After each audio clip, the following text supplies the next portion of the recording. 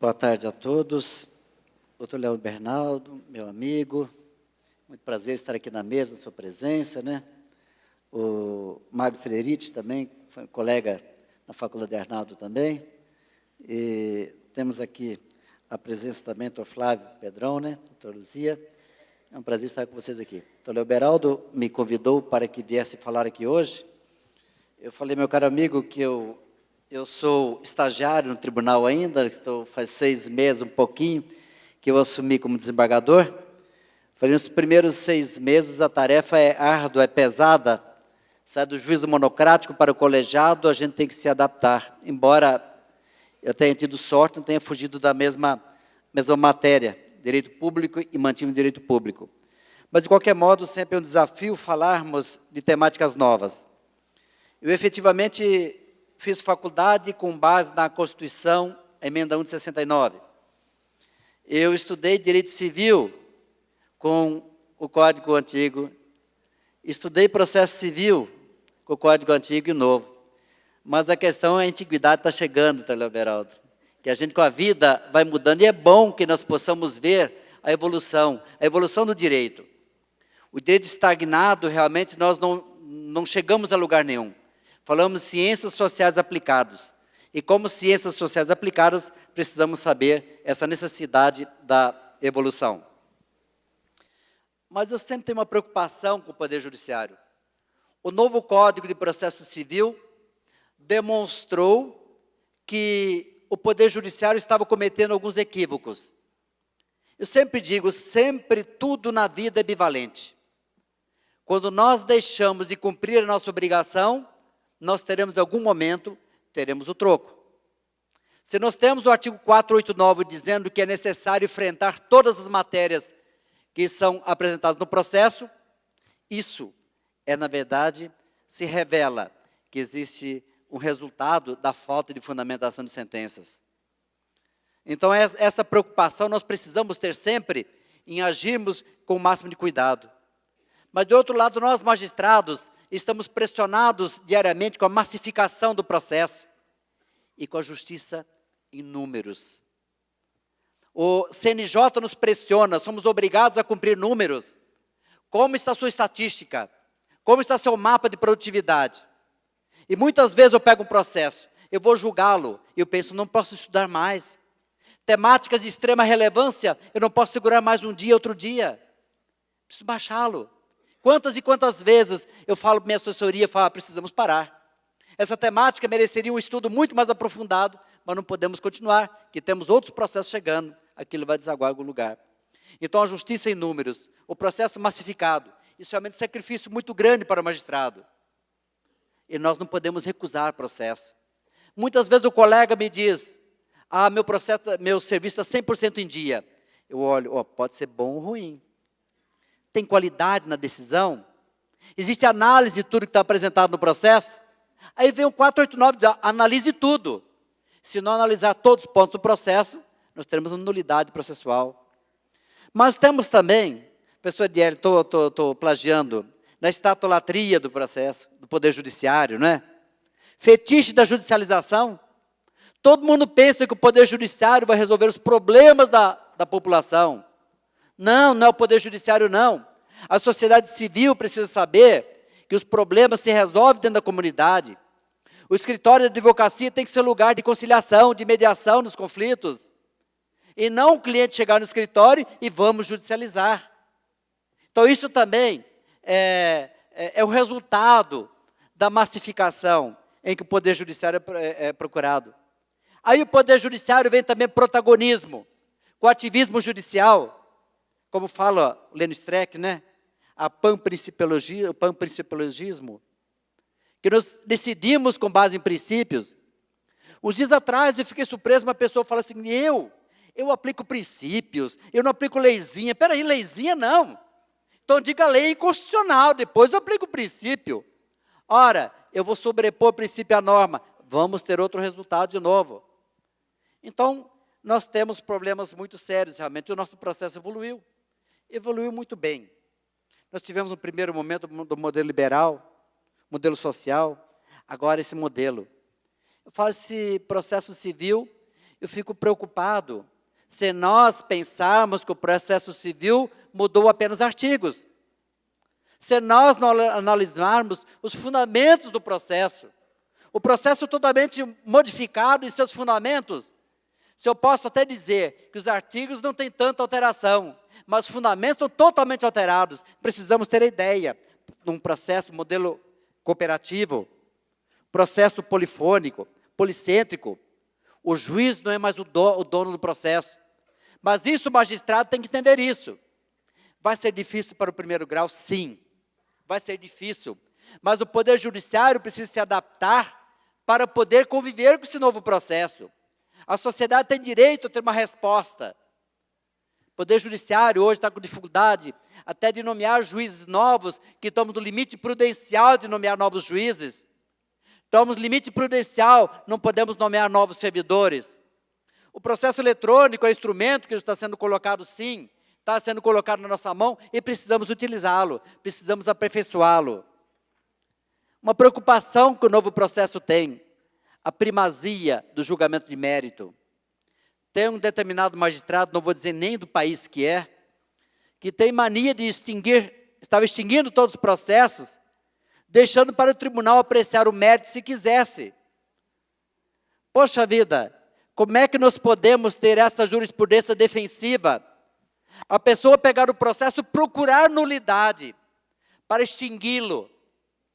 É muito simples eu extinguir o processo, mas nós precisamos pensar em resolver a lide, resolver o conflito. Essa deve ser a preocupação do Poder Judiciário. O novo processo civil, sim, tem essa preocupação. Precisamos, sim. Nós temos hoje, pelo novo processo, a valorização dos precedentes. Isso o Brasil ainda não se atentou muito bem. Se a Europa usa o precedente, há poucos dias atrás, estava num evento sobre saúde, e um professor de São Paulo, que dá aula na Inglaterra, disse que eles não entendem.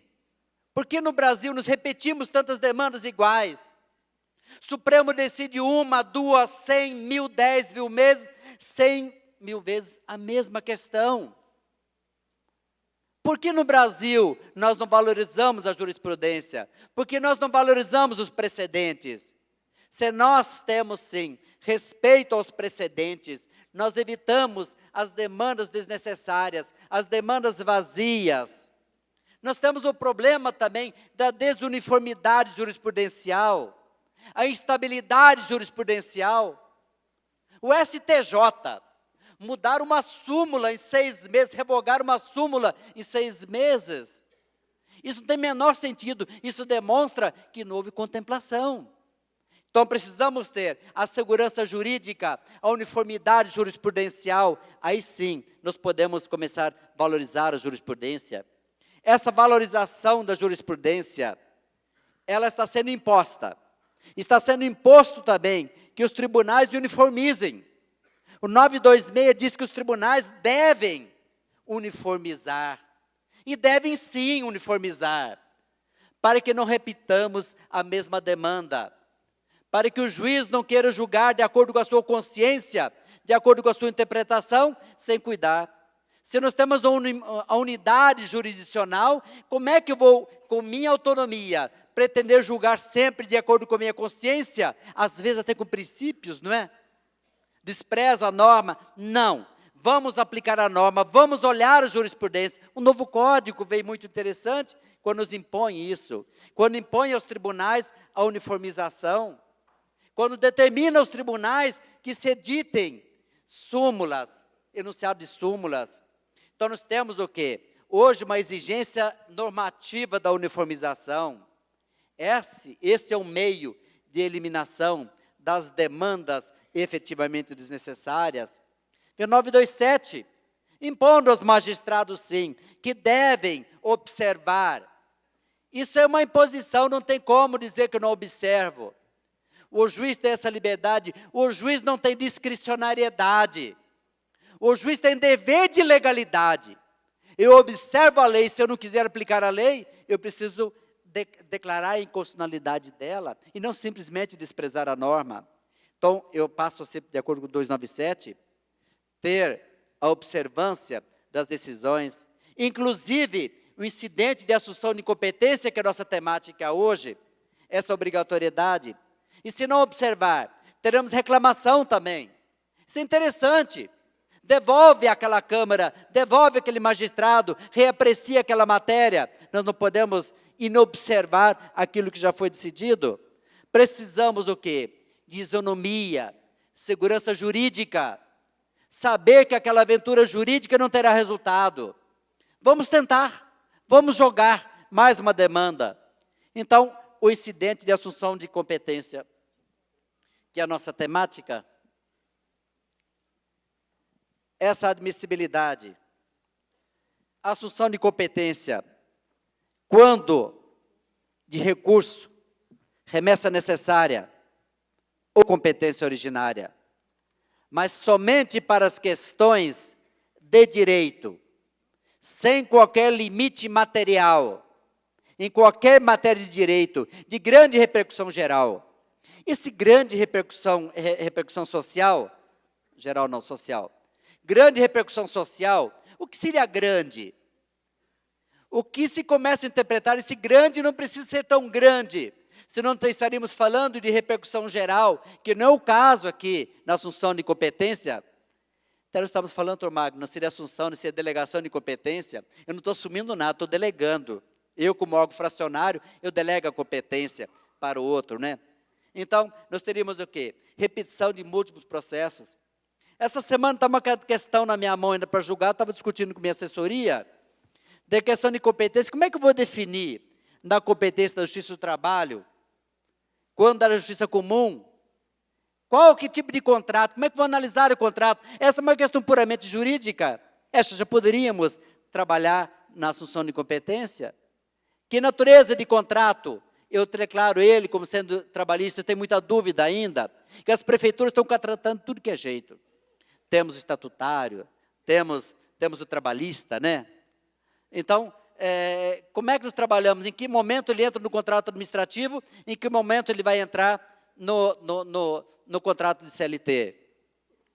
Então, o recurso de remessa, como é que eu processo ele? Vem um artigo, o parágrafo 1º, fala que seria de ofício pela turma julgadora. O parágrafo 1º fala que o relator proporá de ofício ou a requerimento da parte. Fica essa dúvida aqui. Seria monocrática essa decisão? Ou a decisão deveria ser pela turma ou pela Câmara, essa remessa? Eu até entendo que essa questão deveria ser, quando o parágrafo 1º fala que a competência será de ofício pelo relator. Nós temos tantas questões de ofício pelo relator no processo, mas não significa que ele decida monocraticamente, que nesse caso eu vou remeter para outra instância recursal. Eu tenho uma preocupação muito grande, que tipo de instância recursal que nós temos? Nosso Tribunal de Justiça, temos a Câmara de Uniformização de Jurisprudência. Mas eu começo a ficar preocupado, se nós temos 8 câmaras de direito público, uma pessoa de cada câmara vai decidir em nome de uma absoluta maioria, de 40 desembargadores, 8 vão decidir por aqueles 40? Que tipo de colegiado nós teremos para decidir essas questões que serão remetidas? Iniciativa, então, seria do relator no recurso, da parte do Ministério Público, da Defensoria Pública. O Ministério Público, inclusive, quando está com amicus curiae no processo, como fiscal da lei. A Defensoria Pública, também, como fiscal da lei, ou também o Defensor Público, como amicus curiae dentro do processo. Então, essa provocação dentro do processo pode ser do relator, ou provocado pela parte dentro do processo. Eu ainda entendo que a remessa deve ocorrer quando houver provocação, tiver julgado através da Câmara. Então, fala que o órgão colegiado que julgará, que nós temos o órgão colegiado de uniformização de jurisprudência. Mas eu já estava questionando com a vice-presidência do tribunal, como é que nós vamos criar esse órgão colegiado, que hoje, como ele tem efeito vinculante, em razão desse efeito vinculante, eu preciso pensar que esse órgão colegiado, ele deve realmente representar a absoluta maioria do tribunal. Eu não posso colocar, se eu tenho 40 julgadores, 8 vão decidir qual é a posição que deve ser adotada. A preocupação que eu tenho, que quando as decisões, elas não representam a absoluta maioria, elas perdem legitimidade. E quando eu perco legitimidade, aí eu tenho fracasso total daquilo que eu estou propondo. E tem mais aqui. O parágrafo 4º, ele fala ainda aqui. Então, ele pode ser tanto preventiva, como para compor a divergência. Pode acontecer que preventivamente eu vislumbro dentro do processo que existe a possibilidade daquela matéria ser repetida em novas demandas. Ou eu já tenho a divergência instaurada dentro do processo. Eu acho que as partes dos advogados devem provocar dentro do processo que se instaure essa assunção de competência ou delegação de competência, para que realmente nós tenhamos uma isonomia no julgamento, que nós tenhamos a previsibilidade no julgamento, para que nós não tenhamos a loteria nos tribunais. Você tem 8 câmaras julgando, cada câmara tem um posicionamento, e dentro de cada câmara do tribunal, eu posso ter 2 posições ainda. Como são 5 julgadores, depende da composição da turma, nós teremos um resultado. Então, acho que esse é um instrumento muito importante. O Poder Judiciário deve aproveitar esse momento e saber criar precedentes efetivamente, aplicar os precedentes, criar realmente uma uniformidade, criar uma segurança jurídica. Eu, de vez em quando, fico perturbado. Depende da situação que eu estou julgando o processo, eu sou vencedor. Depende da situação que eu estou, eu perco.